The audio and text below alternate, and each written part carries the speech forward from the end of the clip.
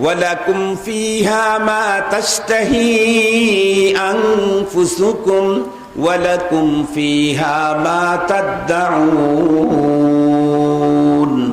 নুজুলাম মিন গফুরির রহিম। বেহেশত আজা কে আজারে নবাশাদ, কসে রাবা কসে কারে নবাশাদ। নাই কো শেথা নামাজ রোজা নাই তো কোনো কাম, নাই কো শেথা নামাজ রোজা নাই তো কোনো কাম। আছে শুধুই প্রেম প্রীতি আনন্দ আরাম, আছে শুধুই প্রেম প্রীতি আনন্দ আরাম। পৃথিবীর যত বড় উন্নত 7 স্টার হোটেলেই যান না কেন, আল্লাহর মেহেরবানিতে আল্লাহ পাক পৃথিবীর উন্নত রাষ্ট্রের বন্ধুরা আমার 7 স্টার হোটেল 5 স্টার হোটেলে থাকার তৌফিক দিয়েছিলেন। দেখেছি কত উন্নত হতে পারে, কত উন্নত হতে পারে। বন্ধুরা আমার সেখানে যাবেন, আপনি কি চান, কি জাতীয় জিনিস এখানে পাওয়া যায় তার লিস্ট আছে। কিন্তু আপনি চাইতে হলে বন্ধুরা আমার কমপক্ষে আপনাকে একটা জায়গায় ক্লিক করা লাগবে। ফোনে বন্ধুরা আমার তাদেরকে ডাকতে হবে, এরপরে আপনি চাইলে দিবে। কিন্তু কি চাইলে দিবে? যা লিস্ট আছে তার ভিতরে চাইলে দিবে, এর বাইরে কিছু চাইলে দিতে পারবে না। কিন্তু রব্বুল আলামিন সমস্ত জান্নাতীদের জন্য একটা অপশন দিয়েছেন বন্ধুরা আমার, এটা সবার জন্য কমন। লাকুম ফিহা মা তাশতাহি আনফুসুকুম ওয়া লাকুম ফিহা মা তাদউন। আমি যদি জান্নাতে কোনো কিছু চাওয়ার জন্য মুখ খুলি সেটা তো পাবোই পাবো, মুখটা খুলি নাই। শুধু অন্তরের ভিতরে কোনো কিছুর চাহিদাটা যদি শুধু ঢোকে, সঙ্গে সঙ্গে সেটা রেডি হয়ে আমার সামনে হাজির। এই জন্য বাংলাদেশের ইকোনমিক আর বিজনেস ক্লাসের পার্থক্য শুই না আবার মনে করেন না তাহলে আমার মনে হয় একটু নিম্নমানের হইল। কিয়ামত পর্যন্ত যত উন্নত লেভেলের হোটেল প্রযুক্তি তৈরি হবে, এ জাতীয় কোনো নরমাল প্রযুক্তি কোনো জান্নাতেই ব্যবহার করা হবে না। সুবহানাল্লাহ বললেন না যে আ'আদতু লিইবাদিয়াস সালিহিন মা লা আইনুন রাআত ওয়ালা উদুনুন সামিআত ওয়ালা খাতারা আলা কলবি বাশার।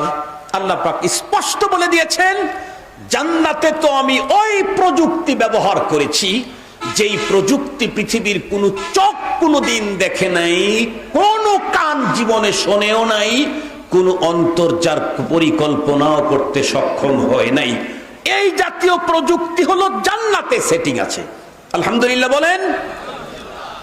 খুব ভালো করে বুঝবেন মুসলমান, সেই জান্নাতের ভিতরে প্রথম চান্সে যদি কোনো রকমের শাস্তি ভোগ করা ছাড়া কোনো একজন মানুষ জান্নাতে যেতে চায়, তাহলে তার জন্য পুঁজি লাগবে কয়টা? 2 পুঁজি। একটা হলো ঈমান আর একটা হলো নেক আমল। এই 2 পুঁজি নিয়ে কবরে যেতে পারলে তার জন্য নিরঙ্কুশ জান্নাত। এখন যদি কেউ বলে হুজুর আমার কাছে যদি 2 পুঁজির 2টা না থাকে, শুধু যদি একটা থাকে আর একটা যদি না থাকে, তাহলে আমার কি হবে? তাহলে আমাকে জানতে হবে, আপনাকে জিজ্ঞাসা করতে হবে আপনার কাছে কোনটা আছে কোনটা নাই। কেউ যদি বলে হুজুর আমার কাছে শুধু ঈমান নাই, নেক আমলের কোনো অভাব নাই। কেমন? আমি লক্ষ লক্ষ টাকা মানুষকে দান করি, আমি মানুষকে সহযোগিতা করি, ক্ষুধার্তকে খাদ্য দেই, বস্ত্রহীনকে বস্ত্র দেই, যার মেয়ে বিবাহের উপযুক্ত বিয়ে দিতে পারতেছে না কন্যাদানে সাহায্য করি, একজন অসুস্থ মানুষকে আমি সেবা সুস্থ করি, হাসপাতালের বিল টোটাল আমি দিয়ে দেই। একসঙ্গে 500টা মডেল মসজিদ আমি তৈরি করলাম। পৃথিবীর ইতিহাসে কোনো রাজা বাদশাহ বানায় নাই। সমস্ত মাদ্রাসাগুলার জায়গা আমি দিয়ে দিলাম। সমস্ত মাদ্রাসার ওস্তাদদের বেতন এ পর্যন্ত কেউ দেয় নাই। আমি গভর্নমেন্ট হওয়ার পরে সবগুলা আমি সরকারি তহবিল থেকে দিলাম। সমস্ত মসজিদের ইমাম মুয়াজ্জিন খাদেমের বেতন গভর্নমেন্ট থেকে দেওয়ার ব্যবস্থা করে দিলাম। বৃদ্ধাশ্রম করলাম, শিশু সদন করলাম, ইয়েতিমখানা করলাম, দাতব্য চিকিৎসালয় করলাম, আরো করলাম সব করলাম। কিন্তু শুধুমাত্র কেবলমাত্র ঈমান আমার নাই, নেক আমলের কোনো অভাব নাই। তাহলে আমার কি হবে? আমি আপনাদেরকে জিজ্ঞাসা করতে চাই, বলুন তো দেখি, আল্লাহ পাক জান্নাত তো বিক্রি করার ঘোষণা দিয়েছেন, কিন্তু ক্রেতা হওয়ার জন্য শর্ত যেন কি ছিল? আর একটু জোরে বলেন। তাহলে যার কাছে ঈমান নাই, নেক আমল করতে করতে তামাম দুনিয়ার নেক আমল সে যদি করে ফেলে, জান্নাত পাবে তো দূরের কথা, জান্নাতের দেখাও সম্ভব না।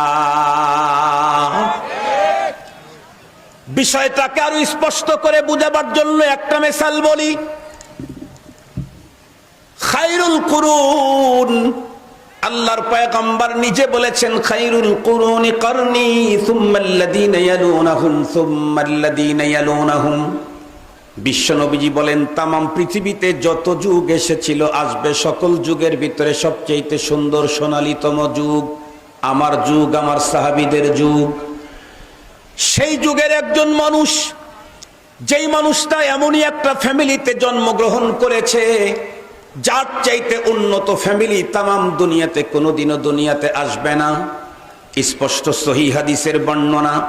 আল্লাহ পাকের পয়গম্বর বলেন, আল্লাহ তামাম পৃথিবীর ভিতরে বুলদে ইসমাইলকে চয়েস করেছেন। সেখান থেকে আল্লাহ পাক বনু হাশেমকে চয়েস করেছেন, কোরাইশকে চয়েস করেছেন, সেখান থেকে হাশেমকে চয়েস করেছেন। তার মানে হলো পয়গম্বর বুঝাইলেন, পৃথিবীতে যত গোত্র ছিল আছে, এর ভিতরে সবচেয়ে উন্নত মানের গোত্র হলো হাশিমি। সেই বংশের ভিতরে জন্মগ্রহণ করেছিল একজন মানুষ, তার নাম খাজা আবু তালেব। শুধুই কি তাই, এই লোকটা বন্ধুরা আমার আখিরি নবী, নবীদের নবী মুহাম্মাদুর রাসূলুল্লাহ সাল্লাল্লাহু আলাইহি ওয়াসাল্লামের জন্য এমন ত্যাগ কোরবানি ইতি বন্ধুরা আমার দিয়েছেন, ইতিহাসের পাতায় কিয়ামত পর্যন্ত লেখা থাকবে। শুধুই আখিরি পয়গম্বরের জন্য কোরবানি করেছেন তা না, ইসলামের জন্য এমন কোরবানি করেছেন, আমার আপনার মতো এমন মুসল্লি আর হুজুর 10,000 এক জায়গায় করলেও খাজা আবু তালেবের কোরবানি সমান ইসলামের জন্য আমাদের কোরবানি হবে না। ইতিহাসের ছোট্ট একটা কথা বলি। বিশ্বনবীজি যখন মক্কাতুল মুকাররমায় দাওয়াতের কাজ শুরু করলেন, মক্কার সমস্ত গোত্রের লোকেরা মহাজোট করলো। পয়গম্বরের দাওয়াত ছিল এক তাওহীদের পক্ষে, কারণে সবার বিপক্ষে চলে গেল। সবাই এসে বন্ধুরা আমার খাজা আবু তালেবকে ডেকে বলল, আমাদের বড় নেতা, আপনি আপনার ভাতিজাকে এখনই রুখেন, তার কার্যক্রম বন্ধ করায় দেন। সে নির্ধারিত কোনো একটা জাত আর গোষ্ঠীর বিপক্ষে অবস্থান নেয় নাই, সব জাত গোষ্ঠীর বিরুদ্ধে অবস্থান নিয়েছে। এটা কিন্তু আমরা ছাড় দেব না। আপনি যদি আপনার ভাতিজাকে কন্ট্রোল করতে না পারেন, তাহলে আপনার বিরুদ্ধে আমরা কিন্তু ব্যবস্থা নিতে বাধ্য হব।